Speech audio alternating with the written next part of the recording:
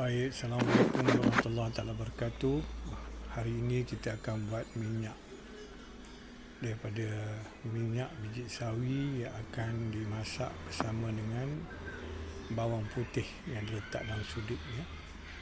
Ini untuk kita sapu di dada, di belakang dada, untuk mengurangkan kahak dan juga batuk-batuk.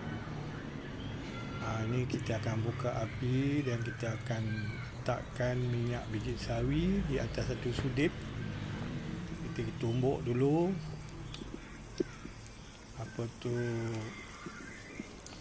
bawang putih 6 biji lebih kurang. Ini saya buat pakai sudut kecil, jadi saya masuk 2 kali masak sehingga dia mengelegak. Minyak itu akan mengelegak dan juga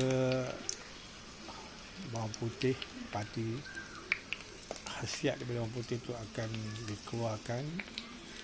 Dalam keadaan meledak kita letak dalam satu bekas. Kemudian saya buat satu lagi, 3 biji bawang putih yang telah ditumbuk yang bagi hancur, letak minyak biji sawi lagi dan kita masak dia. Saya gunakan sudut yang mudah untuk dipegang dan kita akan letak di bawah api hingga menggelegak minyak itu, minyak biji sawi ya. Minyak biji sawi, mustard oil.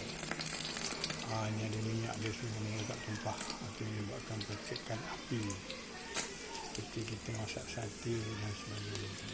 Menggelegak tu saya tuangkan di dalam bekas. Dalam keadaan suam-suam nanti, insya-Allah kalau kita nak mudah bawa ke sana, bawa ke sini dan letak di tempat yang lain, kita letaklah satu bekas lah. Biarkan lagi sehingga betul-betul air jus pati daripada